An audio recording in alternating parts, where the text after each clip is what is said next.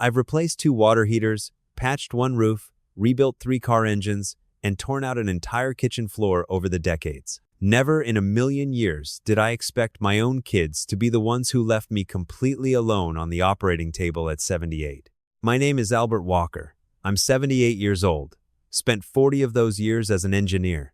I can look at any structure and tell you exactly how much weight it can carry before the whole thing buckles and gives way. Never once imagined I'd have to run those same calculations on my own 3 kids. The surgeon. Dr. Leonard, this sharp-eyed guy in his early 40s, with the steady hands of someone who'd sliced into hips 800 times before leaned against the edge of his desk and told me straight up that a hip replacement at 78 was, in his calm voice, very routine. He said it the same casual way folks mention minor surgery, when it's not their bones getting sawed and swapped out on that cold metal table. I just nodded politely, the way I've done for 78 years now. Nodding politely might be my greatest talent, but damn if it's ever done me a lick of good when it actually counted. Welcome to Dad's Raw Revenge. Get comfortable, because this one's gonna drag you somewhere you might not expect. Drop a comment below and tell me where you're watching from. Smash that like button and make sure you're subscribed. Trust me, you're gonna want to stick around for the rest of this. 6 full weeks before the surgery date, I told them. 6 weeks. Let that number sit with you for a second. Not 6 hours, not 6 days. 42 long days, where any one of them could have marked the calendar, lined up a sitter, asked off half a day from work, or just pointed the car down I-65 toward Bowling Green, Kentucky, to sit with their old man before they put him under at 78. Instead, here's exactly what each of them did with those 42 days. Raymond, my oldest at 49, rang me one Tuesday evening in September. I could hear the TV blaring some sports game in the background, and that distracted half attention that told me he was scrolling on his phone at the same time. "Hey Dad, don't worry about a thing. We'll all be there," he said, smooth as clockwork. Then, with this impressive efficiency that almost made me laugh, he asked if I'd talked to anyone lately about the property value on Sycamore Lane. Just curious, just making conversation. Bella, my middle one, sent a voice message instead. 4 minutes and 22 seconds exactly, I know, because I played it 3 times straight. Not because it moved me, but because I kept waiting for her to actually say something that sounded like a real plan. She was so sorry about the timing. Work had gone completely sideways. David had some big work thing. The kids had school stuff piled up. She would absolutely, positively, 100% figure it out and be there, she promised. She dropped the phrase, "Of course, Dad," 4 separate times in those 4 minutes, 1 per minute. A new personal record for sounding sincere while delivering exactly 0 substance. Then there was Nora. She called me on a Wednesday afternoon, 3 weeks out from the surgery. I was standing in the kitchen, slapping together a sandwich when her name lit up the screen. That familiar little warmth hit me in the chest anyway, the kind you still feel for someone you love, even after they've let you down more times than you can count. I picked up on the second ring. She asked how I was feeling about the whole thing. I told her nervous but ready. She said that was good. Then came this pause I've known since she was 19, the exact kind of pause that always meant trouble was coming next. She was actually in a bit of a situation, she said. Rent was short this month. Could I help her out? She's 30 years old. I said yes, of course, because I'm her father, and that's what I've always done. I transferred the money right there while she was still on the line. Thanks, Dad. Feel better, she said, and hung up. That was the last time any of them reached out before they wheeled me into surgery. But the real gut punch came the very next morning when I woke up at 5:15 and realized something that still makes my stomach turn. I woke up at 5:15 in the big empty house on Sycamore Lane. The silence had weight to it, the particular heavy quiet that settles in when only one person has lived there for years. Not peaceful, just waiting. I made coffee I wasn't allowed to drink, then carried the mug to my usual chair by the front window. Outside, the sun was just starting to creep over the tree line, turning everything that soft Kentucky gold you only see in early October. I sat there sipping nothing and thinking, if something goes wrong today, The last real conversation I had with my youngest daughter was her asking me for rent money. That thought sat heavy in my gut for a long while. Then I ordered the ride to the hospital. They kept me 13 days. Hip replacement might be routine for Dr. Leonard, but it sure as hell isn't for the body on the table. Pain showed up in the middle of the night like an uninvited guest who wouldn't leave. There was the humiliation of the walker, the bedpan, needing help with things I'd handled alone since I was 2 years old. And then there was the loneliness that only hospital rooms know how to serve up. Not the quiet kind I'd grown used to at home, but the sharp kind that hits when you're surrounded by beeping monitors, harsh fluorescent lights, and the muffled sounds of other families visiting, while that blue vinyl chair beside your bed stays empty day after day. I stared at that damn chair every single morning, slightly crooked on its left leg, tilting just a hair to one side. I memorized every scuff and seam like it was a scar on my own skin. Raymond called on day 2 and day 5. First time he asked how I was feeling. Second time he wanted to know if I had a good filing system for my financial documents. Might be smart to get organized, Dad. No rush, of course. I told him everything was already perfectly labeled, dated, and filed in the cabinet in my study. 40 years as an engineer will do that to a man. Bella called every day from day 1 through day 6. Sounds devoted until you realize each call was about 4 minutes long and mostly just new excuses why she still hadn't made it. Traffic. A stomach bug that wasn't actually a stomach bug. A school play that turned out to be only a rehearsal. A work deadline that kept shifting. On day 7, she swore she was definitely coming on day 9. Day 9 came and went. Instead, I got a text. Dad, I'm so sorry. Something came up. I'll explain everything. Love you. I read it once, set the phone down on the blue bedside table, and looked at that empty chair. Something inside me shifted then. Not with shouting or tears, just a slow, quiet, permanent settling. The kind of shift you feel in the foundation of a building right before you know it's never going back to how it was.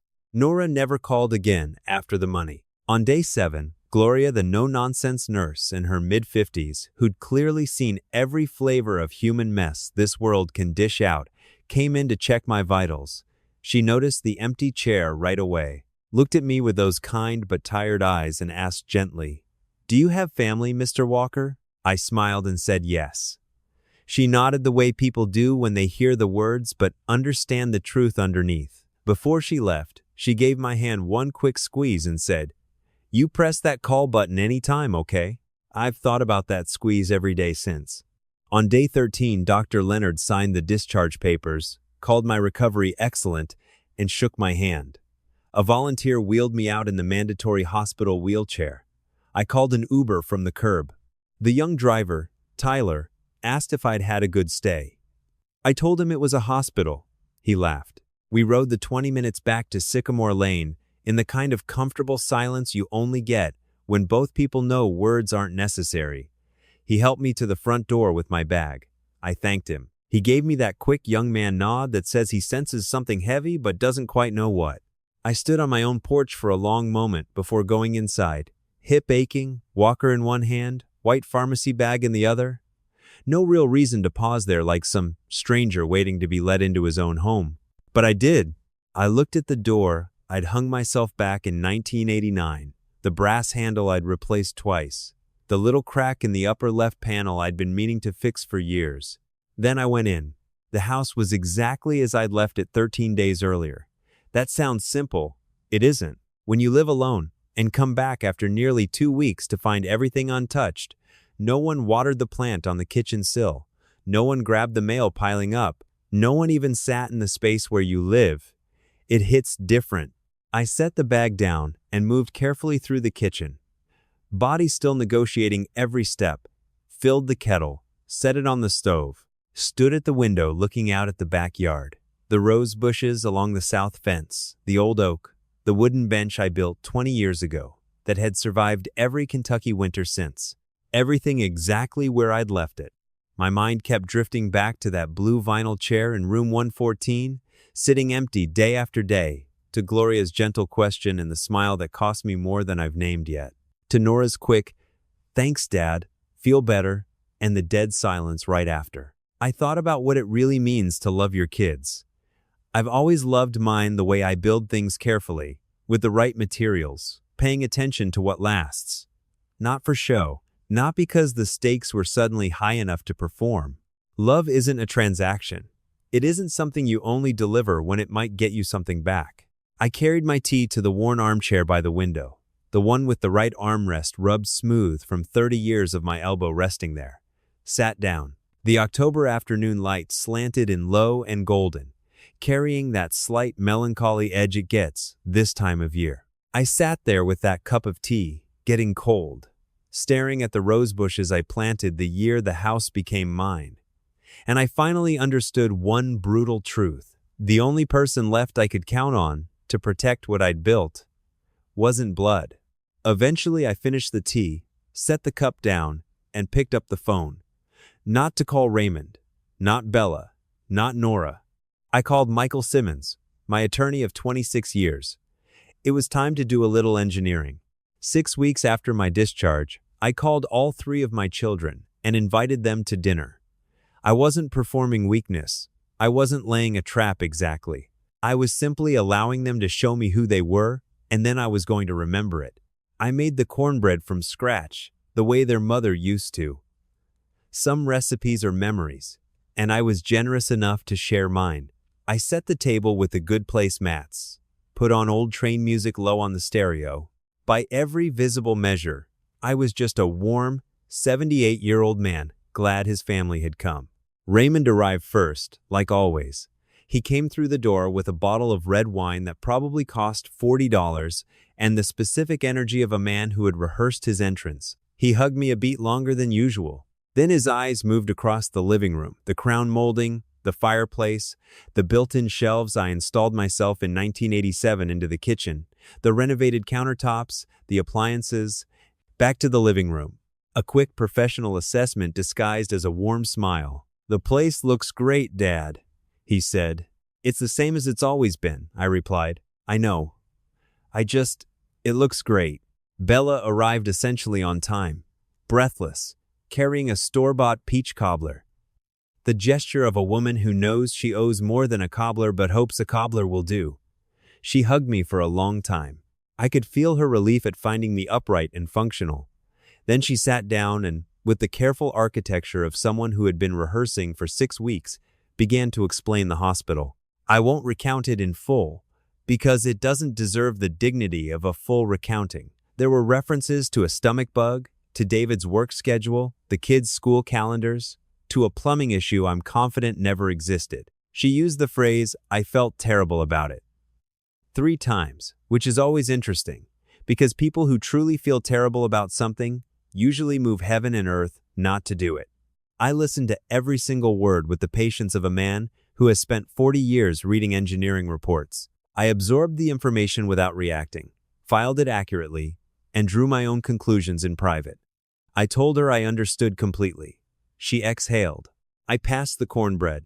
Nora arrived last, 38 minutes after the stated dinner time, wearing the expression she's worn since adolescence, a kind of preemptive boredom, as though life is a waiting room and she's always hoping for somewhere better to be. She kissed me on the cheek, sat down, didn't mention the hospital, didn't mention the money. She picked up her fork and asked what was in the pot. She checked her phone twice before the meal was half over. I watched all 3 of them. The way Raymond kept glancing at the bookshelves. The way Bella laughed a little too readily at everything I said. The way Nora ate with the specific contentment of someone who had no idea they were auditioning for something. Then, I set down my fork. "I've been meaning to mention something," I said, "since the surgery." It got me thinking. The table adjusted. Subtle. A shift in posture, a slight focusing of attention. But I'm an engineer. I notice load-bearing changes. At 78, I said, it doesn't hurt to get your affairs in order. I've been working with Michael on some things. Just making sure everything is where it needs to be when the time comes. Raymond said very carefully, "That sounds very sensible, Dad." Bella said, "Of course. That's so responsible." I picked up my fork and said, "More cornbread." What happened next unfolded over the following months, with the slow inevitability of something you have engineered properly. Raymond began calling every Sunday at exactly 10 a.m. Not 10:15, not 9:50, 10 sharp. He asked about my health, my appetite, my sleep, my knee, my hip. Raymond, I had hip surgery. And after 15 minutes of devoted son performance, he would find a way to mention, very naturally, some question about the house. Had I thought about a reverse mortgage? Had I spoken to a financial advisor lately? Was I keeping up with the property taxes? Just practical things. Just thinking ahead, Dad. Bella began appearing on Thursdays with actual groceries, not gas station flowers and a box of crackers, but real considered groceries, the brand of coffee I drink, the particular wheat bread and soup she knew I liked. She was warm and helpful and genuinely pleasant company. And sitting across from her in my kitchen on those Thursday afternoons, I felt something I had not expected to feel. Grief. Not for what was happening now, but for what could have been happening all along, for the version of Bella who might have shown up on day 3 or day 6 or even day 10, any single day out of those 13, and sat in that blue vinyl chair and just been there. That Bella, the one with groceries and genuine attention, had been right here all along. I drank my coffee and talked with her about the grandchildren and her garden, and I was, as always, warm. Nora even texted short messages, grammatically approximate, but messages.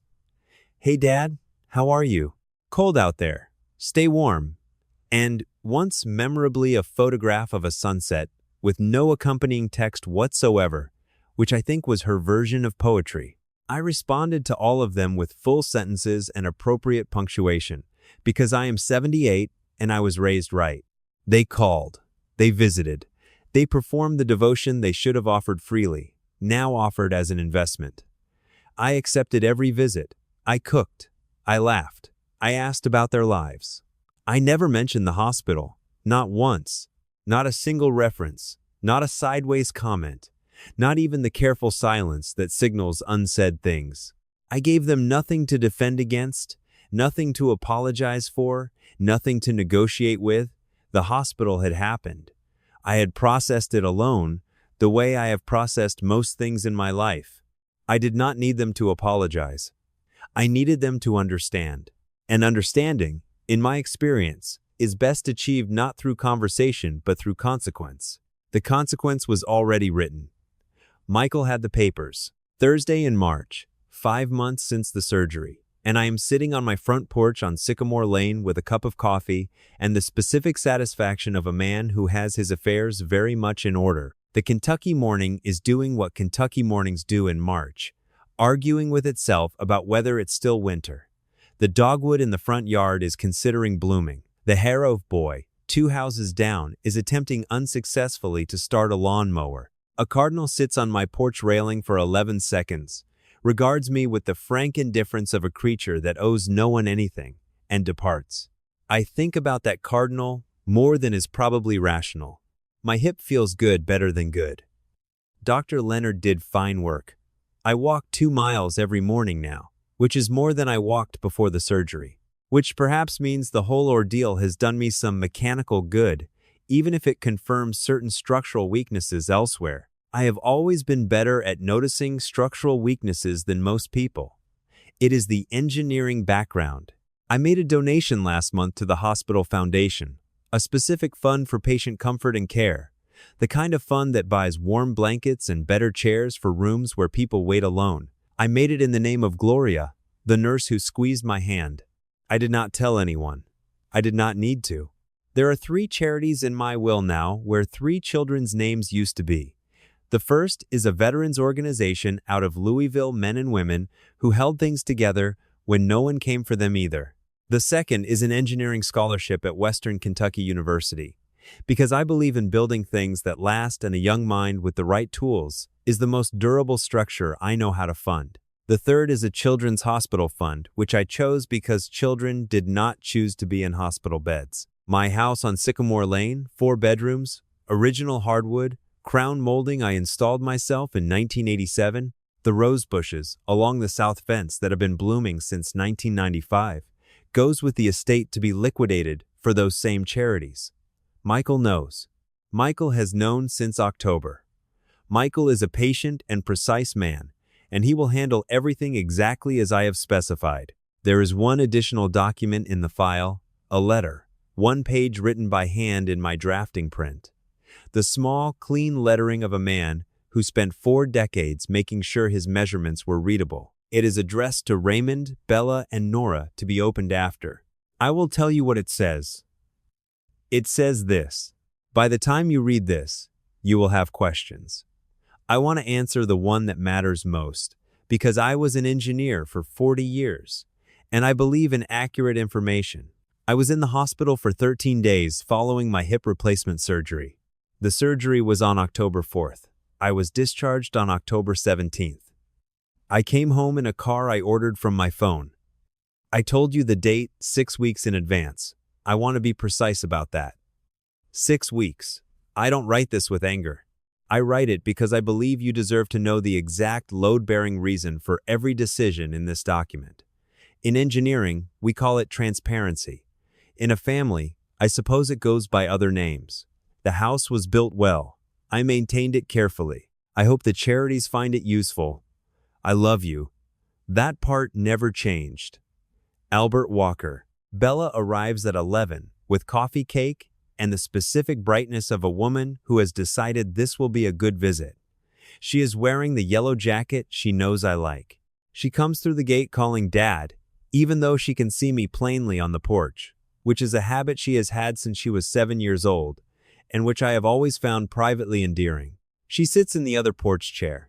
We talk about her daughter's science project and the price of groceries, and whether I think it will be warm enough to plant anything soon. She is good company. She always was when she came. I look at her over the rim of my coffee cup. She is 30 years old, my Bella. She has her mother's hands. She laughs at the right moments and asks real questions. And she is, sitting here in the March light in her yellow jacket, genuinely lovable. I love her. That is not complicated.